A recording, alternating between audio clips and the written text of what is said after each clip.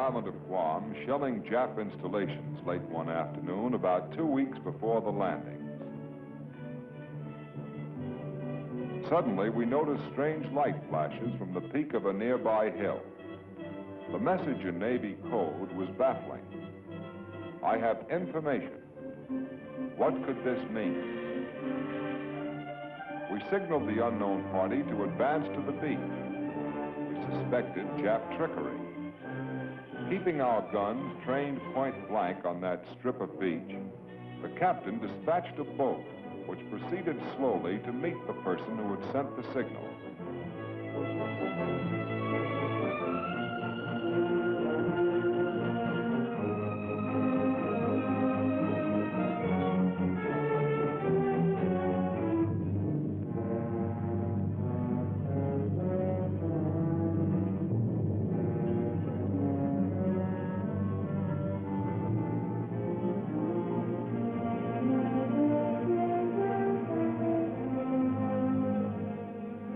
A white man, a strange, unkempt figure, crying and laughing in his joy and excitement.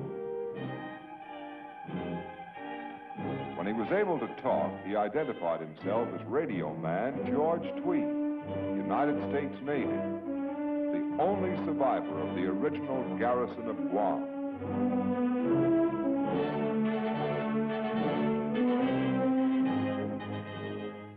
Slowly, a strange story came out. How he took to the hills during the original Jap attack. How he lived alone in the jungle, changing his hiding place daily, sometimes hourly, for 31 months, while endless Jap patrols hunted him like an animal.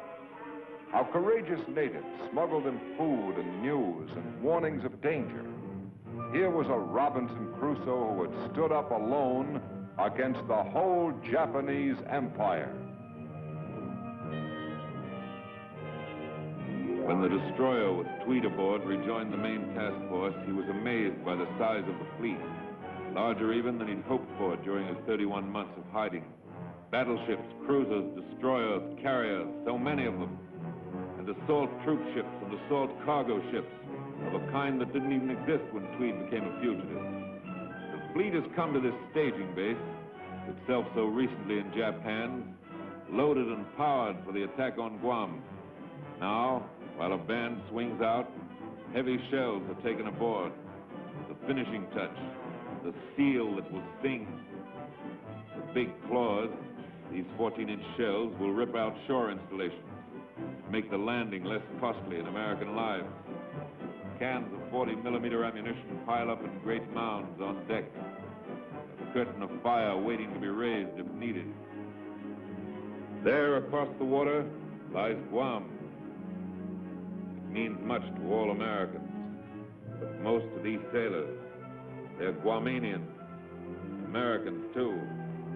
Americans known as Chamorros, whose families have been captives of the Japs for 31 bitter months. Soon we will find out what those Japs have done to our island. Beautiful it was then, and living there made us happy. There were 21,000 of us, and we knew each other as friends.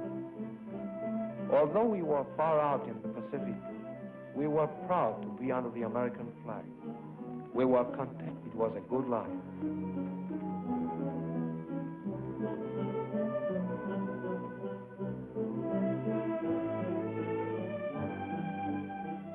The Navy ran the island like a great ship. It gave us doctors and hospitals, and there was care for everyone and free schooling. With many of us younger boys, our big ambition was to grow up and join the Navy.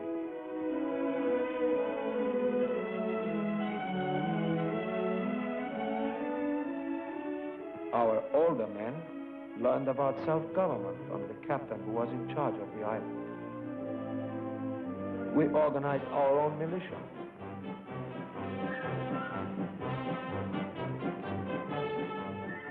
And our heroes were the Marines. But there were not many of them, the Marines of Guam.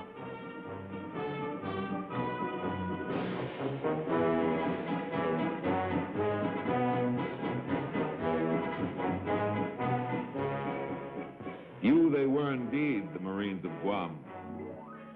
Japan would consider any move to strengthen Guam an unfriendly act. It would be like pointing a gun at a neighbor's door. But behind this neighbor's door, the masters of Japan were pointing guns of their own. And they saw in Guam a key to their dream of empire. Their agents among us were busy. Guam was not to be an obstacle to the plans of Tokyo. Then on a certain day in December 1941, the masters of Japan were ready. The war was on.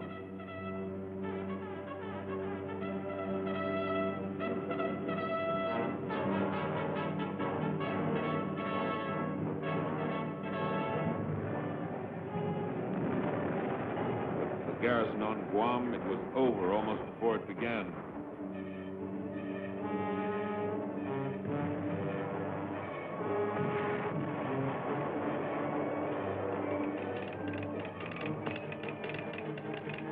The Navy Department announces that it is unable to communicate with Guam, either by radio or cable.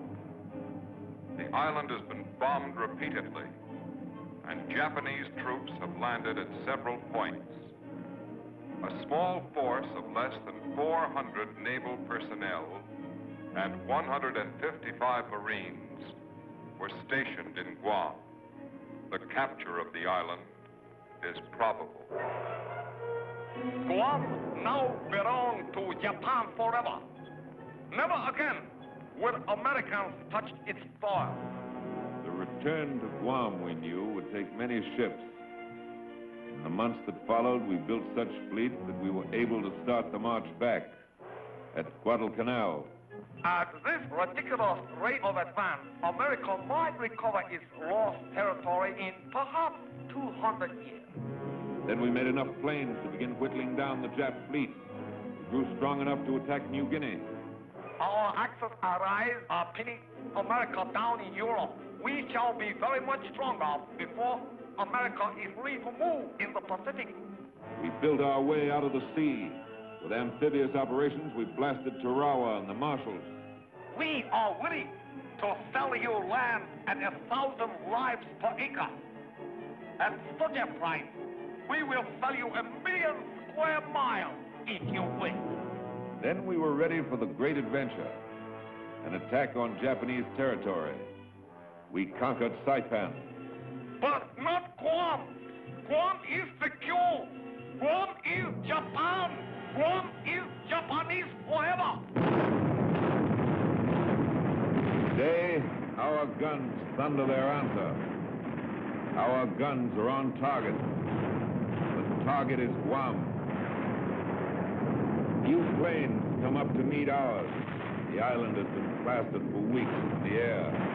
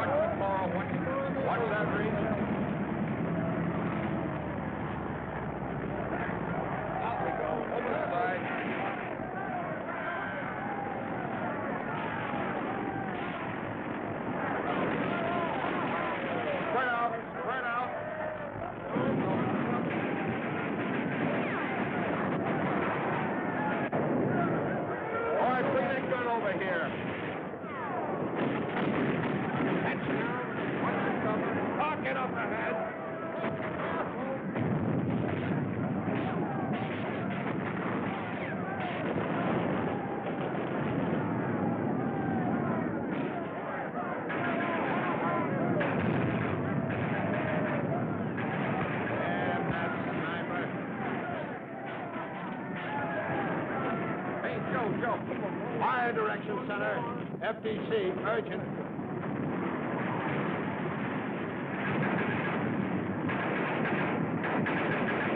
To the left. Come up a little.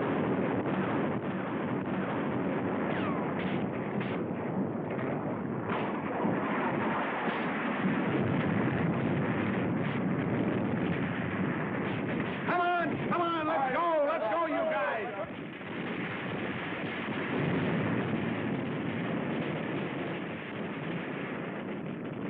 Don't play dead with me, you Mopping up. The phrase sounds tame and unexciting. Actually, mopping up is one of the most gruesome and dangerous jobs of the war. The last hysterical fanatics must be captured or destroyed before victory is complete. We've returned to Guam. It's ours again. But the cost has been high.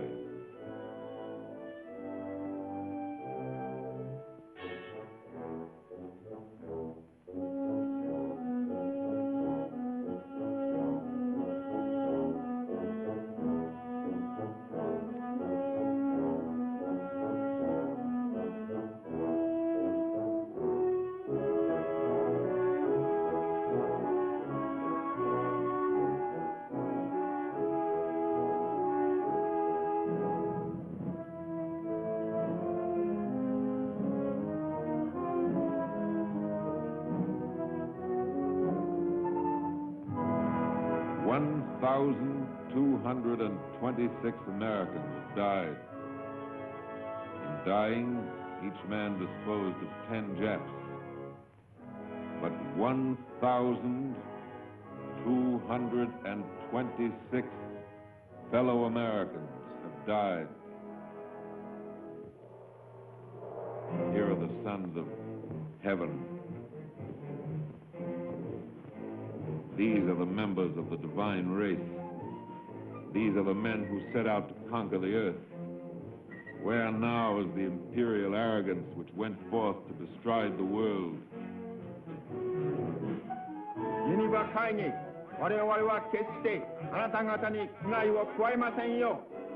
The loudspeaker calls, Geneva Convention, we will not hurt you. Out of the hills where they'd hidden come a throng of Japanese civilians.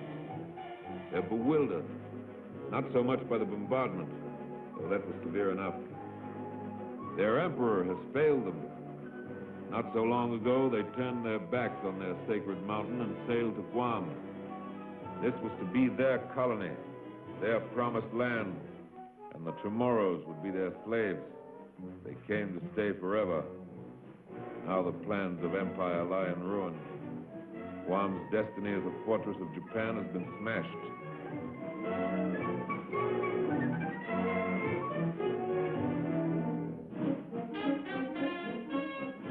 Now a new Marine garrison takes up the watch on Guam. Today, an American task force controls the waters off Guam.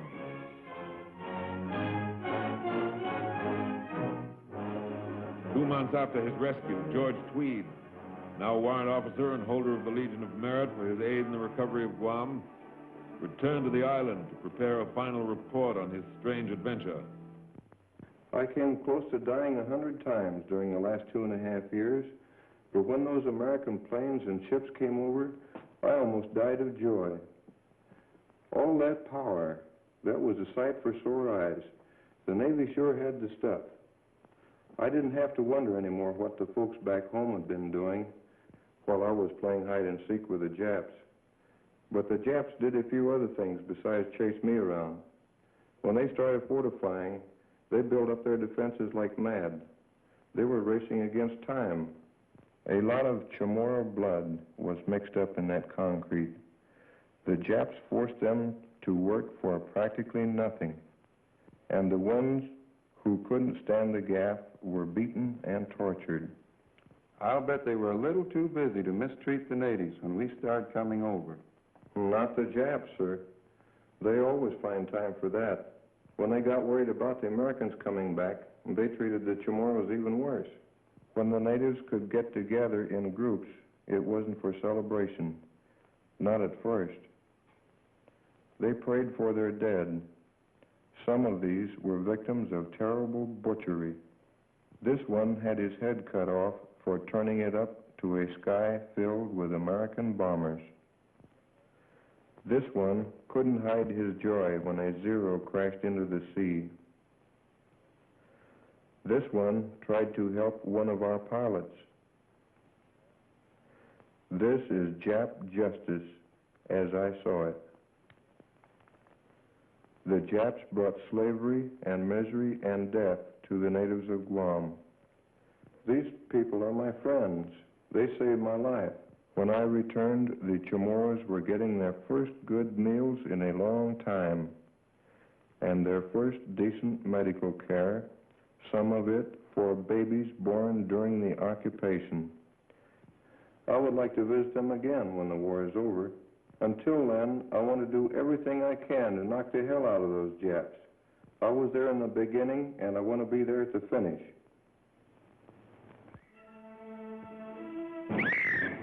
People of Guam, the government of the United States, your government, promises your homes will rise again. Your losses will be restored. But what is done for Guam is only part of what Guam will do for the people of America and the peace of the world. Guam will now become everything that a powerful American base should be. Great installations will rise as sentinels of our security and the peace of the world. From Guam, the attack goes forward. From here, the winning blow may be struck against Japan. On to Guam, onto every other place we win, we must pour the power that will clear the path to Tokyo. This base, which was lost and is now redeemed, may now fulfill its destiny and launch the action that will help win the war.